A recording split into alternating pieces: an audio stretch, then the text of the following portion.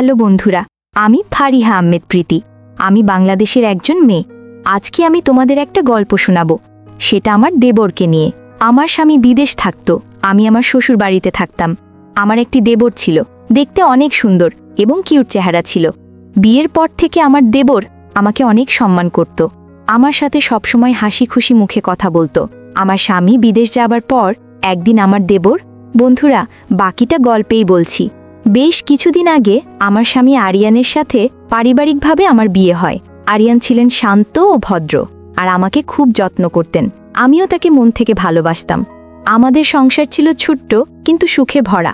প্রতিদিন সকালে আরিয়ান আমার জন্য চা বানাতেন, আর আমি তার জন্য তার পছন্দের নাস্তা তৈরি করতাম। আমরা একসঙ্গে হাসতাম, গল্প করতাম, আর ভবিষ্যতে স্বপ্ন দেখতাম। আমাদের বিয়ের প্রথম বছরটা ছিল যেন একটা সুন্দর গল্প। আরিয়ানের সাথে আমার প্রতিটি মুহূর্ত ছিল আনন্দে ভরা। আমরা একসঙ্গে বাজারে যেতাম, বন্ধুদের সাথে আড্ডা দিতাম, আর কখনো কখনো শহরের বাইরে ছোট্ট ট্রিপে বেরিয়ে পড়তাম। আরিয়ানের একটা স্বপ্ন ছিল, একদিন আমাদের নিজেদের একটা ছোট্ট বাড়ি হবে, যেখানে আমরা আমাদের সুখের সংসার গড়ে তুলব। আমি তার স্বপ্নে বিশ্বাস করতাম, তার হাত ধরে সেই স্বপ্নের পথে হাঁটতাম। কিন্তু জীবন তো সবসময় একইভাবে চলে না। বিয়ের 1.5 বছর পর আরিয়ানের কাছে একটা বড় সুযোগ এলো। বিদেশে একটা নামকরা কোম্পানিতে তাকে 5 বছরের জন্য চাকরির প্রস্তাব দেওয়া হলো। বেতন ছিল খুব ভালো, আর এই চাকরি আমাদের ভবিষ্যতের জন্য অনেক কিছু বদলে দিতে পারত। আমি আরিয়ানকে বললাম, তুমি যাও, এটা তোমার স্বপ্ন পূরণের পথ, আমি এখানে ঠিক আছি। আরিয়ান প্রথমে রাজি ছিলেন না, কিন্তু আমার বোঝানোর পর তিনি রাজি হলেন। আরিয়ান বিদেশে চলে যাওয়ার আগের রাতে আমরা অনেকক্ষণ গল্প করলাম। তিনি আমার হাত ধরে বললেন, প্রীতি, আমি ফিরে এসে তোমার সাথে আরও সুন্দর জীবন গড়ব। তুমি আমার জন্য অপেক্ষা করবে না? আমি হেসে বললাম, তুমি সবসময় আমার মনে থাকবে। সেই রাতে আমরা একে অপরের সাথে অনেক কথা বললাম, অনেক স্বপ্নের কথা শেয়ার করলাম। পরদিন সকালে আরিয়ান বিমানবন্দরের উদ্দেশ্যে রওনা দিলেন। আমি তাকে বিদায় জানাতে গিয়েছিলাম, আর চোখের জলে তাকে ছেড়ে এলাম। আরিয়ান চলে যাওয়ার পর আমার জীবনটা একটু একটু করে বদলে যেতে লাগলো। আমি আমার শ্বশুর বাড়িতে থাকতাম, যেখানে আমার দেবর সিয়ামও থাকত। সিয়াম ছিল আরিয়ানের ছোট ভাই, খুবই মিশুক আর বন্ধুত্ব সুলভ। সে প্রায়ই আমার সাথে গল্প করত, আমাকে হাসাতো। আমি যখন একা বোধ করতাম, তখন সে এসে বলতো, ভাবি, চলো না একটু বাইরে ঘুরে আসি। আমি প্রথমে তার সঙ্গে যেতে চাইতাম না, কিন্তু তার জেদের কাছে হার মানে আমি রাজি হলাম। আমরা একসঙ্গে বাজারে যেতাম, কখনো কখনো কাছের কোনো রেস্টুরেন্টে খেতে যেতাম। সিয়ামের সাথে সময় কাটানো আমার কাছে ধীরে ধীরে স্বাভাবিক হয়ে উঠল। একদিন সন্ধ্যায় বাড়ির ছাদে বসে গল্প করছিলাম। সিয়াম বলে উঠল, ভাবি, তুমি জানো, তুমি খুবই হাসি খুশি মানুষ। আমি হেসে বললাম, হ্যাঁ তো, প্রশংসা কেন? সে মুচকি হেসে বলল, এমনি, তুমি হাসলে সবাই খুশি হয়। আমি তার কথা একটু লজ্জা পেলাম, কিন্তু মনে মনে ভালো লাগলো। সিয়ামের এই ছোট ছোট কথা আমার একাকী জীবনে একটু আনন্দ যোগ করছিল। তখনও আমি জানতাম না যে এই বন্ধুত্ব আমার জীবনকে কিভাবে প্রভাবিত করবে। সিয়ামের সাথে আমার বন্ধুত্ব দিন দিন আরও গভীর হচ্ছিল। আরিয়ান বিদেশে থাকায় আমার জীবনে একটা শূন্যতা তৈরি হয়েছিল, আর সিয়াম সেই শূন্যতা পূরণ করছিল তার হাসি খুশি স্বভাব আর সঙ্গ দিয়ে। আমি তাকে আমার ছোট ভাইয়ের মতো দেখতাম। তার সাথে কাটানোর সময় আমাকে সান্ত্বনা দিত। আমি নিজেকে বোঝাতাম, এটা শুধুই বন্ধুত্ব, একটা পরিবারের সদস্য হিসাবে তার যত্নশীল আচরণ। প্রতিদিন সন্ধ্যায় সিয়াম আমার সাথে সময় কাটাতো। আমরা একসঙ্গে রান্না করতাম, কখনো সিনেমা দেখতাম, বা বাড়ির ছাদে বসে গল্প করতাম। তার গল্পগুলো এত মজার ছিল যে আমি হাসতে হাসতে পেটে খিল ধরে যেত। একদিন সে আমাকে বলল, ভাবি, তুমি জানো, তুমি হাসলে সবার মন ভালো হয়ে যায়। আমি হেসে বললাম, সিয়াম, তুমি সবসময় এমন কথা বলো কেন? আমি তো সাধারণ মানুষ। সে হাসল, ভাবি, তুমি সাধারণ হলেও আমাদের পরিবারের জন্য তুমি খুব গুরুত্বপূর্ণ। তার কথায় মনটা আমার খুশিতে ভরে উঠল। 1 সপ্তাহ পরে সিয়াম বলল, ভাবি, চলো না আমরা কাছাকাছি কোথাও ঘুরে আসি। তুমি সারাক্ষণ বাড়িতে থাকো, একটু বাইরের হাওয়া লাগবে। আমি একটু দ্বিধায় পড়লাম। আরিয়ানের সাথে আমি অনেক ঘুরেছি, কিন্তু তার অনুপস্থিতিতে সিয়ামের সঙ্গে বাইরে যাওয়া কেমন যেন অস্বস্তিকর মনে হলো। কিন্তু সিয়ামের উৎসাহের কাছে হার মেনে আমি রাজি হলাম। আমরা কাছের একটা পার্কে গেলাম, যেখানে সবুজ গাছ আর ফুলের বাগান ছিল। পার্কে হাঁটতে হাঁটতে সিয়াম আমাকে তার শিশুকালের গল্প শোনালো। সে বলল, কিভাবে সে আর আরিয়ান ছোটবেলায় একসঙ্গে দুষ্টুমি করত। আমি হাসতে হাসতে বললাম, তোমার ভাইয়ের মতো তুমিও দুষ্টু ছিলে, তাই না? সে হাসল, হয়তো একটু বেশি। আমরা একটা বেঞ্চে বসে আইসক্রিম খেলাম আর সূর্যাস্ত দেখলাম। সেই মুহূর্তে আমার মনটা হালকা হয়ে গেল। সিয়ামের সঙ্গ আমাকে সত্যি আনন্দ দিচ্ছিল। আরিয়ানের সাথে আমার ফোনে নিয়মিত কথা হতো। তিনি আমাকে তার নতুন জীবন, কাজ আর বিদেশের অভিজ্ঞতার গল্প শোনাতেন। আমি তাকে আমার দিনের কথা বলতাম, তবে সিয়ামের সাথে কাটানো সময়ের কথা বেশি উল্লেখ করতাম না। কেন জানি এই মুহূর্তগুলো আমার কাছে খুব ব্যক্তিগত মনে হতো। আরিয়ান আমাকে বলতেন, প্রীতি, তুমি ঠিক আছো তো? সিয়াম তোমার খেয়াল রাখছে তো? আমি হেসে বলতাম, হ্যাঁ, সে খুব ভালো ছেলে। একদিন সিয়াম বলল, ভাবি, তুমি কখনো সাগরকন্যা গেছো? জায়গাটা নাকি অনেক সুন্দর, চলো না আমরা একবার ঘুরে আসি। আমি অবাক হয়ে বললাম, সাগরকন্যা? এত দূর আমি কিভাবে যাব? সিয়াম হেসে বলল, আমি আছি না, আমরা পরিবারের সবাই মিলে ঘুরতে যাব। আমি অনেক ভাবলাম, আরিয়ানের অনুপস্থিতিতে এত দূর ভ্রমণে যাওয়া ঠিক হবে কিনা তা নিয়ে আমার মনে দ্বন্দ্ব ছিল। কিন্তু সিয়ামের উৎসাহ আর পরিবারের সাথে যাওয়ার প্রস্তাব আমাকে রাজি করিয়ে দিল। আমরা সাগরকন্যার জন্য রওনা দিলাম। সমুদ্রের তীরে পৌঁছে আমার মনটা যেন উৎফুল্ল হয়ে উঠল। সিয়াম আমাকে সমুদ্রের ঢেউয়ের কাছে নিয়ে গেল, আর আমরা একসাথে পানিতে পা ভিজিয়ে হাসলাম। সে বলল, ভাবি, দেখো, এই সমুদ্রের মতোই জীবন বৈচিত্র্য আর সুন্দর। আমি তার কথায় হেসে ফেললাম। তার কথাগুলো আমাকে ভাবিয়ে তুলছিল। আমরা সৈকতে বসে সূর্যাস্ত দেখলাম, আর আমার মনে একটা শান্তি কাজ করছিল। সেই রাতে হোটেলে ফিরে আমরা একসঙ্গে ডিনার করলাম। সিয়াম আমাকে তার ভবিষ্যতে পরিকল্পনার কথা বলল, কিভাবে সে একদিন নিজের ব্যবসা শুরু করতে চায়। আমি মুগ্ধ হয়ে তার কথা শুনলাম। তার স্বপ্নের কথাগুলো আমাকে অনুপ্রাণিত করছিল। আমি নিজেকে বললাম, এটা শুধুই একটা ভালো বন্ধুত্ব, আমাদের পরিবারের মধ্যে একটা সুন্দর সম্পর্ক। সাগরকন্যা থেকে ফিরে আসার পর আমার মনটা একটু হালকা হয়েছিল। সিয়ামের সাথে কাটানো সেই দিনগুলো আমার জন্য একটা সুন্দর স্মৃতি হয়ে রইল। সমুদ্রের ঢেউ, আমাদের হাসি আর পরিবারের সাথে কাটানোর সময় এসব আমাকে নতুন করে উৎসাহ দিয়েছিল। আমি নিজেকে বোঝাতাম যে সিয়াম আমার পরিবারের একজন, আমার ছোট ভাইয়ের মতো, আর যার সঙ্গ আমাকে এই একাকী সময় সাহস দিচ্ছে। বাড়ি ফিরে এসে আমরা আমাদের স্বাভাবিক রুটিনে ফিরে গেলাম। সিয়াম প্রতিদিনের মতোই আমার সাথে সময় কাটাতো, গল্প করত। তার হাসি খুশি স্বভাব আমাকে সবসময় আনন্দ দিত। একদিন সকালে আমি রান্নাঘরে নাস্তা তৈরি করছিলাম। সিয়াম এসে বলল, ভাবি, আজ আমি তোমার জন্য কিছু রান্না করব, তুমি শুধু বসে দেখো। আমি হেসে বললাম, তুমি রান্না? ঠিক আছে, দেখি তোমার কত ক্ষমতা। সিয়াম সত্যি রান্নাঘরে ঢুকে পড়ল। সে প্যানকেক বানানোর চেষ্টা করল, কিন্তু ময়দার মিশ্রণটা একটু বেশি পাতলা হয়ে গেল। আমি হাসতে হাসতে বললাম, সিয়াম, এটা প্যানকেক না, স্যুপ হয়ে গেছে। সে লজ্জা পেয়ে হাসল আর বলল, ঠিক আছে ভাবি, তুমি আমাকে শিখিয়ে দাও। আমরা একসঙ্গে রান্নাঘরে হাসাহাসি করে প্যানকেক বানালাম। সেই মুহূর্তে আমার মনে হলো সিয়ামের সাথে ছোট ছোট সময়গুলো আমার জীবনে আনন্দ যোগ করছে। আরিয়ানের সাথে আমার ফোনে নিয়মিত কথা হতো, তবে তিনি তার কাজে ব্যস্ত থাকায় আমাদের কথা কখনো কখনো সংক্ষিপ্ত হতো। আমি তাকে আমার দিনের কথা বলতাম, কিন্তু সিয়ামের সাথে কাটানো সময়ের কথা বেশি উল্লেখ করতাম না। এগুলো আমার কাছে পরিবারের সাথে কাটানো সাধারণ মুহূর্ত মনে হতো। একদিন আরিয়ান ফোনে বললেন, প্রীতি, তুমি একটু চুপচাপ মনে হচ্ছে, কিছু হয়েছে? আমি দ্রুত বললাম, না না, আমি ঠিক আছি, শুধু একটু ক্লান্ত। আমি চাইতাম আরিয়ানের সাথে আমার সম্পর্ক আগের মতোই থাকুক। এক সন্ধ্যায় সিয়াম আমাকে বলল, ভাবি, চলো আমরা একটু ছাদে বসি, আজ আকাশটা খুব পরিষ্কার, অনেক তারা দেখা যাচ্ছে। আমরা ছাদে গিয়ে বসলাম। সিয়াম তার ফোনে একটা গান বাজালো, আর আমরা তারার দিকে তাকিয়ে গল্প শুরু করলাম। সে বলল, ভাবি, তুমি জানো, আমি তোমার সাথে এই সময়গুলো কাটাতে খুব ভালোবাসি। তুমি আমাদের পরিবারের একটা গুরুত্বপূর্ণ অংশ। আমি তার দিকে তাকিয়ে হাসলাম আর বললাম, সিয়াম, তুমিও আমার জন্য অনেক কিছু করো। তার কথায় আমার মনটা হালকা হয়ে গেল। দিনগুলো এভাবেই কাটতে লাগলো।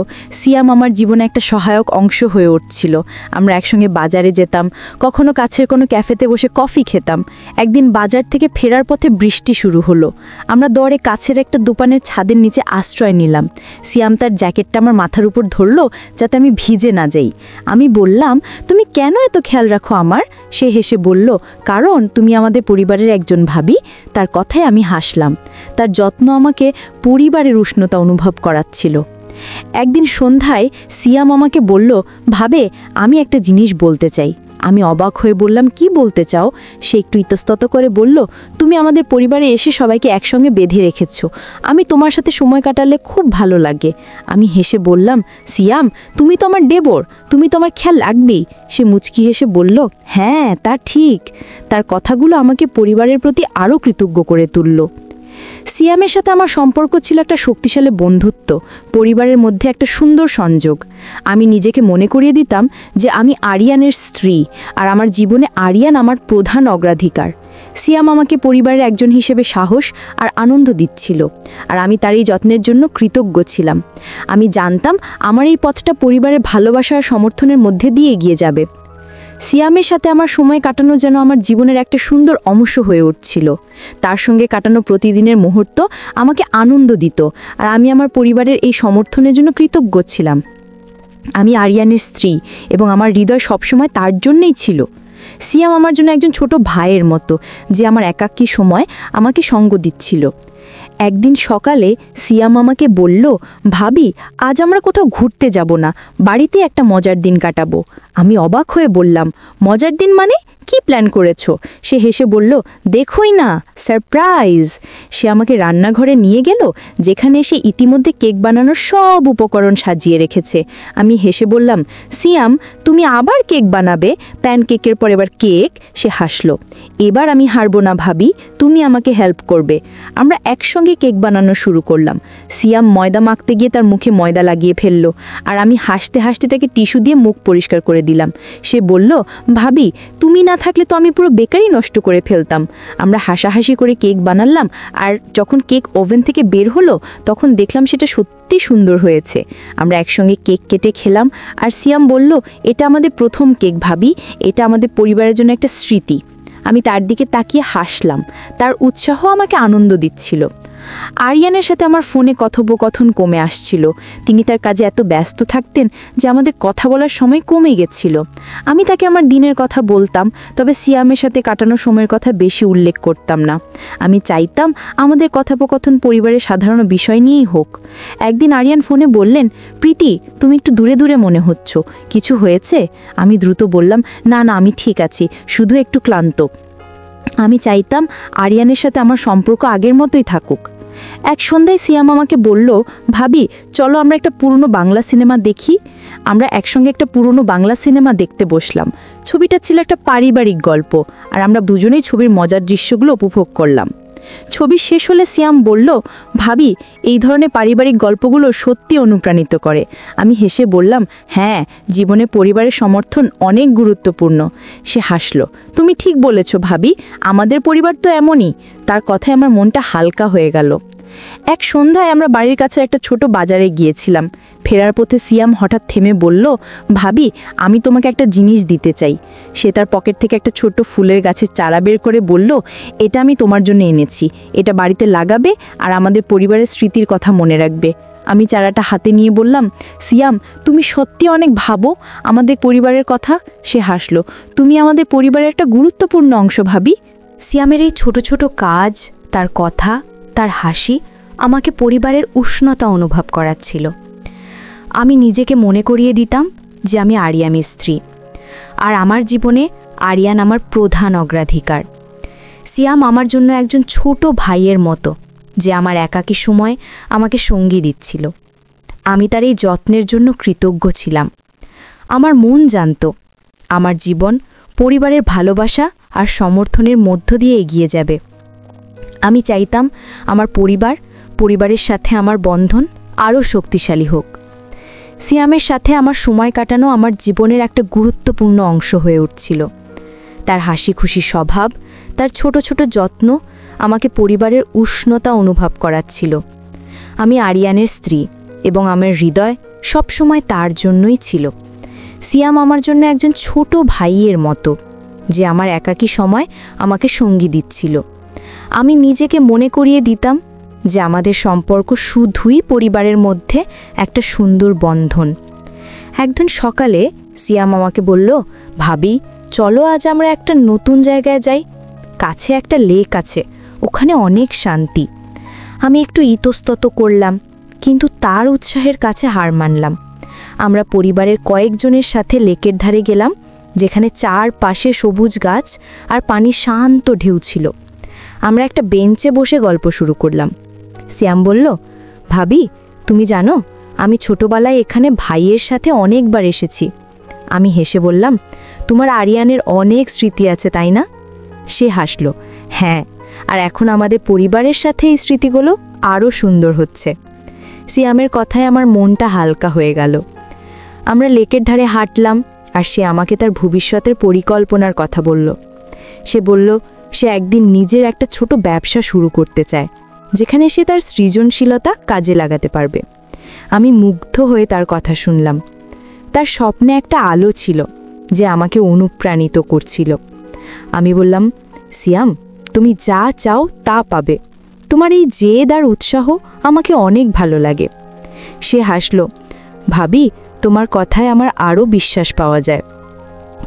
আরিয়ানের সাথে আমার কথা কিছুটা কমে গিয়েছিল। তিনি তার কাজে ব্যস্ত থাকতেন, আর আমাদের কথা বলার সময় কমে গিয়েছিল। তিনি ফোনে বারবার জিজ্ঞাসা করতেন, প্রীতি, তুমি ঠিক আছো তো? আমি বলতাম, হ্যাঁ, আমি ঠিক আছি। আমি তাকে আমার দিনের কথা বলতাম, তবে পরিবারের সাধারণ মুহূর্তগুলোই বেশি শেয়ার করতাম। আমি চাইতাম আমাদের সম্পর্ক আগের মতোই থাকুক। একদিন বিকেলে সিয়াম আমাকে বলল, ভাবি, চলো আমরা একটা ছোট পিকনিক করি, পরিবারের সবাই মিলে। আমি তার উৎসাহ দেখে রাজি হয়ে গেলাম। আমরা বাড়ির পাশের একটা পার্কে গেলাম, যেখানে আমরা একটা মাদুর বিছিয়ে বসলাম। সিয়াম তার ব্যাগ থেকে কিছু খাবার বের করল, ঘরে বানানো স্যান্ডউইচ আর ফল। আমরা খেতে খেতে গল্প করলাম। সে বলল, ভাবি, তুমি জানো, আমি যখন আমাদের পরিবারের সাথে এমন সময় কাটাই, তখন আমার মনে হয় আমরা সবাই একসাথে অনেক শক্তিশালী। আমি হাসলাম।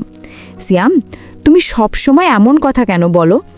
সে হাসল, কারণ আমাদের পরিবার আমার কাছে অনেক গুরুত্বপূর্ণ। সেই মুহূর্তে আমি আমার পরিবারের প্রতি কৃতজ্ঞতায় ভরে গেলাম। আমি সিয়ামকে বললাম, সিয়াম, তুমি আমাদের পরিবারের জন্য অনেক কিছু করো। আমরা সবাই একসাথে আছি, এটাই তো ভালো, তাই না? সে হাসল, হ্যাঁ ভাবি, তুমি ঠিক বলেছ। আমি শুধু চাই তুমি সবসময় হাসি খুশি থাকো। পিকনিক থেকে ফেরার পথে আমার মনটা হালকা হয়ে গেল। আমি বুঝতে পারছিলাম সিয়াম আমাদের পরিবারের একজন গুরুত্বপূর্ণ সদস্য, যে আমাকে এই সময় সাহস দিচ্ছিল। আমি আরিয়ানের কথা ভাবলাম, আর আমার মনে তার প্রতি ভালোবাসা আরও গভীর হলো। আমি নিজেকে মনে করিয়ে দিলাম যে আমি আরিয়ানের স্ত্রী এবং আমার পরিবারই আমার সবচেয়ে বড় শক্তি। সে রাতে আমি আরিয়ানের দেওয়া একটা পুরনো চিঠি পড়লাম, যেখানে সে লিখেছিল, প্রীতি, তুমি আমার জীবনের সবচেয়ে বড় সুখ। আমার চোখ ভিজে গেল।